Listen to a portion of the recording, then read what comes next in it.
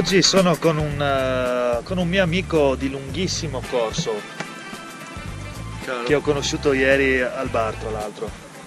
Ben ritrovato. Ciao, Francesco Zan è un ragazzo, posso ancora definire un ragazzo, è alle soglie dei 40 anni, ma insomma è ancora un ragazzo, e nei suoi trascorsi professionali, oggi è già in pensione a 38 anni, ma se l'è meritato. Nei suoi trascorsi professionali recenti è stato un uomo della Cimolai SPA, che non ha neppure tanto bisogno di presentazioni, perché la possiamo definire tranquillamente un'azienda leader mondiale nel settore della carpenteria metallica. Sì, sicuramente nelle prime tre, sia come grandezza che come tecnologia disponibile per la produzione della carpenteria, che anche per volumi di tonnellate prodotte all'anno.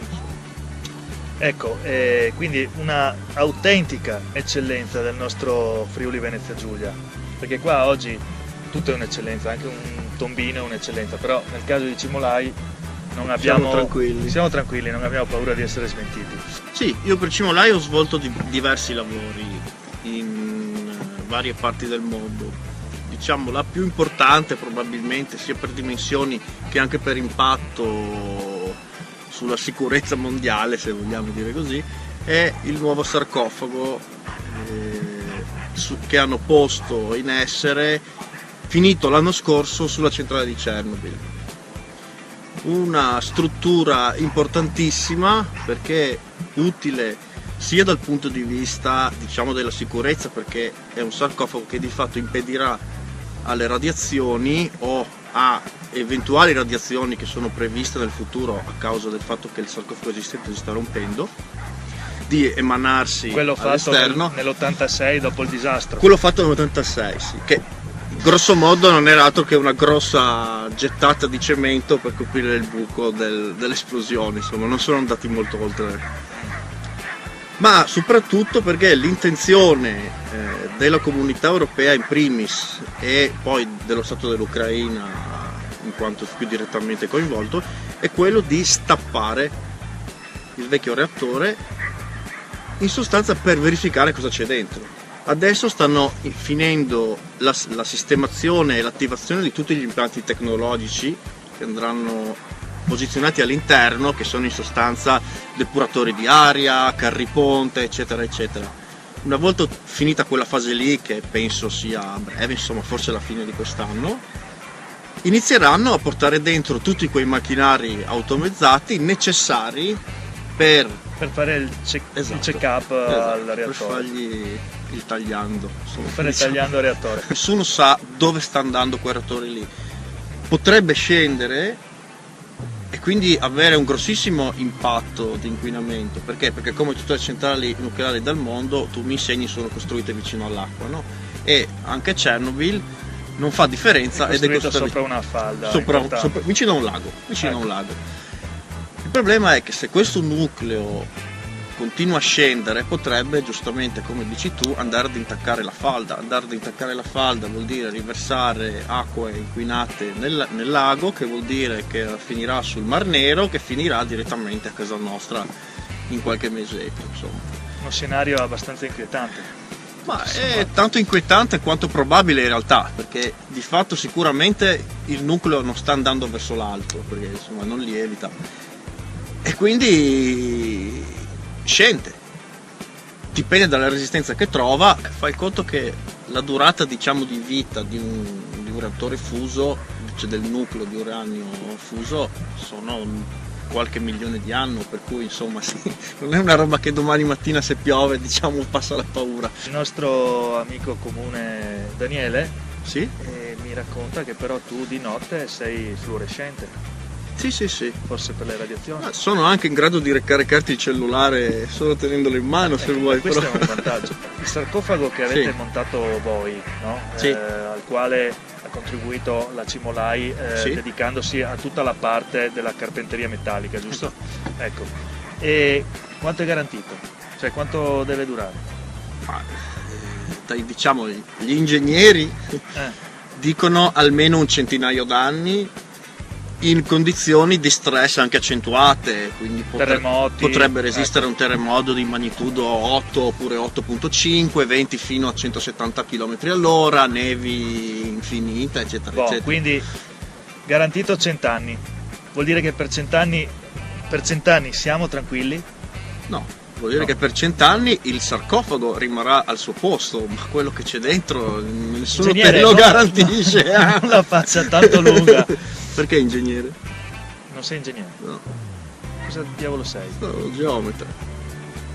Come, tu sei solo geometra? Solo. Di solo tu? Cioè Gli ingegneri non li hanno mandati, mandato i geometri. L'uomo della Cimolai in Ucraina, cioè il destino dell'umanità ha affidato a un geometra? Esatto. Mi pare che tutto ha funzionato benissimo. Questo ce lo devi dire tu. Da quello che ho visto io, sì.